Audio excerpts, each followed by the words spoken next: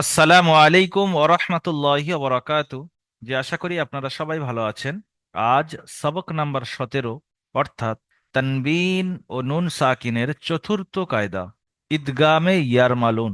এই সবকটি আপনারা পড়েছেন। আমিও আপনাদের এই কায়দাটি বা এই সবকটি সুন্দরভাবে বোঝানোর চেষ্টা করব। ঈদগামে ইয়ারমালুন বলা হয় তানবিন ও নুন সাকিনের চতুর্থ কায়দার নাম ঈদগাম। ইয়ারমালুন এই জন্য বলা হয় যে ছটি অক্ষর ইয়া, র, মিম, লাম, ওয়াও, নুন যদি তানবিন এবং নুন সাকিনের পরে এই ছটি অক্ষরের মধ্যে কোনো একটি আসে তাহলে ঈদগাম হয়। সেই জন্য একে ঈদগামে ইয়ারমালুন বলা হয়। এই ঈদগামের আবার দুই প্রকার। নাম্বার এক ঈদগামে তাম, নাম্বার দুই ঈদগামে নাকিস। যদি তানবিন এবং নুন সাকিনের পরে লাম অথবা র আসে তাহলে ঈদগামে তাম হবে। কিরকম ভাবে পড়তে হবে তার বিস্তারিত আমি বয়ান করছি। আর যদি ইউমিন অর্থাৎ ইয়া, ওয়াও, মিম, নুন এই চারটি অক্ষরের সমষ্টিগত নাম ইউমিন, এই অক্ষরের মধ্যে যদি কোনো একটি আসে তাহলে নাকিস হবে।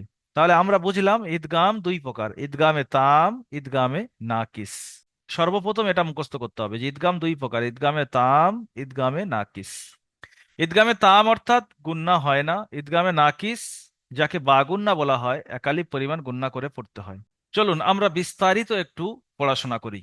তানবিন ও নুন সাকিনের পরে যদি র আসে বা লাম আসে, তানবিন ও নুন সাকিনকে ওই র অথবা লামের সঙ্গে মিলিয়ে বিনা গুন্নায় পড়তে হয়, একে ঈদগামে তাম বলে। র এর উদাহরণ, লামের উদাহরণ আলাদা আলাদা ভাবে দেওয়া আছে। প্রথম উদাহরণটি আমরা দেখে নেব। মির রব্বিকা। এখানে দেখুন নুন সাকিনের পরে র এসেছে, তাহলে এই নুন রর সঙ্গে মিলবে কিন্তু গুন্না হবে না, একে ঈদগামে তাম বলে। এবং এমন পরিপূর্ণভাবে মিলবে যে নুনের উচ্চারণ আপনি দেখতে পাবেন না। দেখেন এখানে আছে মিম নুন জের, কিন্তু পড়া হচ্ছে মিম র জের। মির, র বা জবর রব, বা জের বি, মির রব্বি, কাফ জবর কা, মির রব্বিকা। তো নুনের এখানে কোনো উচ্চারণ হলো না, মানে রর সঙ্গে মিলে গেল। এটাই হলো ঈদগামে তাম। ইজরা কি হবে? নুন সাকিনের পরে ঈদগামে ইয়ারমালুনের ছটি অক্ষরের মধ্যে র এসছে, তাই নুনকে রর সঙ্গে মিলিয়ে বিনা গুণনায় পড়তে হবে, একে ঈদগামে তাম বলে। বুঝে নিলে খুব সহজ। এটা র এলে লাম এলে একই ইজরা হবে, আর ইউ মিনের চারটি অক্ষর এলে তার ঈদগামে নাকিসে সেটা আলাদাভাবে বলবো। তাহলে আরো একবার ভিডিওটি অফ করে মুখস্থ করে নেন। নুন সাকিনের পরে ঈদগামে ইয়ারমালুনের ছটি অক্ষরের মধ্যে র এসেছে, তাই নুন সাকিনকে রস সঙ্গে মিলিয়ে বিনা গুণনায় পড়তে হবে, একে ঈদগামে তাম বলে। চলুন দ্বিতীয় উদাহরণ। রউফুর রহিমুন, তানবিন তারপরে র, তাহলে ইজরা হবে তানবিনের পরে ঈদগামে ইয়ারমালুনের ছটি অক্ষরের মধ্যে র এসেছে, তাই তানবিনকে রস সঙ্গে মিলিয়ে বিনা গুণনায় পড়তে হবে, একে ঈদগামে তাম বলে। বাকি বানান ইজরা সব আপনি করবেন, আমি শুধু মেন মেন পয়েন্টই ধরিয়ে দিচ্ছি। লামের উদাহরণ। মিল লাদুনহু, নুন সাকিনের পরে লাম এসছে, তাহলে মিন পড়া হবে না, মিল ডাইরেক্ট মিম লামের সঙ্গে পড়া হবে, মিল লাদুনহু। এখানে ইজরা হবে নুন সাকিনের পরে লাম এসেছে, তাই নুনকে লামের সঙ্গে মিলিয়ে বিনা গুণনায় পড়তে হবে, একে ঈদগামে তাম বলে। উফিল লাকুম, এটা তানবিনের ইজরা করে নেবেন। মিল লাবানিন, এখানে নুন সাকিনের পরে লাম এসছে, নুন সাকিনের ইজরা করে নেবেন। তাহলে ঈদগামে তামের বিষয়টা আপনারা পরিষ্কার বুঝতে পেরেছেন। যেখানে তানবিন এবং নুন সাকিনের পরে র অথবা লাম আসবে এই কায়দা হবে। এখন আমরা যাব ঈদগামে নাকিস। তানবিন এবং নুন সাকিনের পরে যদি ইউমিন অর্থাৎ ইয়া, ওয়াও, মিম, নুন, ইয়া, ওয়াও, মিম, নুন এই চারটি অক্ষরের মধ্যে যদি কোনো একটি আসে, তাহলে তানবিন এবং নুন সাকিনকে এই অক্ষরের সঙ্গে মিলিয়ে একালিপ পরিমাণ গুণনা করে পড়তে হবে, একে ঈদগামে নাকিস বলে।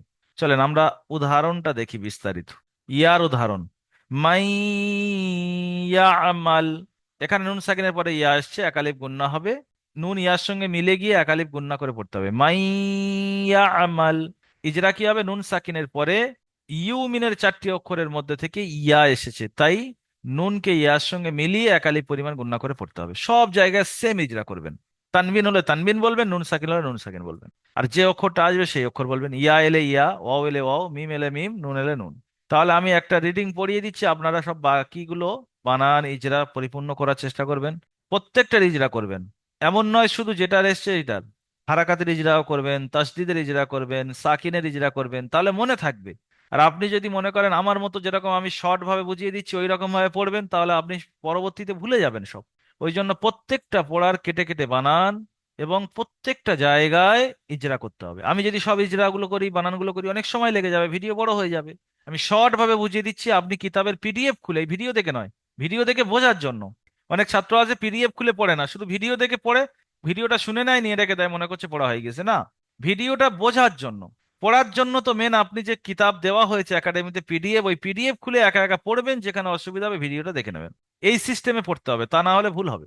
উজু হুই ইয়াউমা ইদিন, এখানে দেখেন তানবিনের পরে ইয়া একালিপ গুণনা হবে।